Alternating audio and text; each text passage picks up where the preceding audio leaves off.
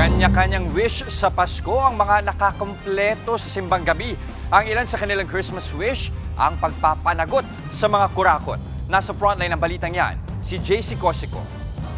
Sa huli at ikasyam na araw ng simbang gabi, dumagsa ang mga kapatid nating Katoliko sa National Shrine of Our Mother of Perpetual Help sa Baclaran, Parañaque. Naka 9 out of 9 man sila sa Misa de Gallo o hindi, may mga wish sila. Si Joanna Senyo na mula Patanza, Cavite, ang wish ay para sa bansa. Sa bansa natin, sana po is matigil na. Matigil na yung corruption. Sana naman lang, maranasan naman natin yung maayos, lalo na ngayon, ang mahal ng bilihin. Ang iba, hindi lang basta wish, may panawagan din.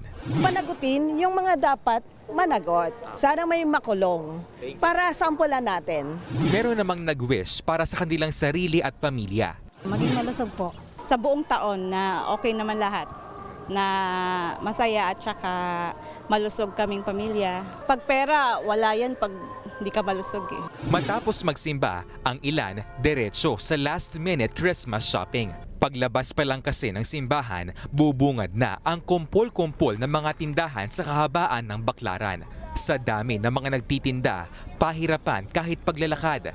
Dahil samot-sari na, bagsak presyo pa ang mga paninda kaya napapatigil ang karamihan. Gaya na lang ng mga damit pambata na 2 for 150 pesos hanggang 180 pesos ang bentahan. Relo na 2 for 150 pesos. Pabango na 2 for 100 pesos. Pantalon, t-shirt at polo na 250 hanggang 480 pesos. Shorts na 2 for 180 pesos. Jacket na 650 pesos. Wallet na worth 100 pesos.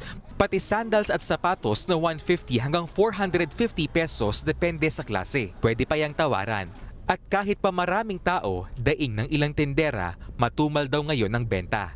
Mas pinipili na raw kasi ng karamihan mag-online shopping. Hindi po namin ramdam na December ngayon, sobrang tumal po. Umaasa naman silang lalakas ang benta ngayong araw sa mismong araw ng Pasko.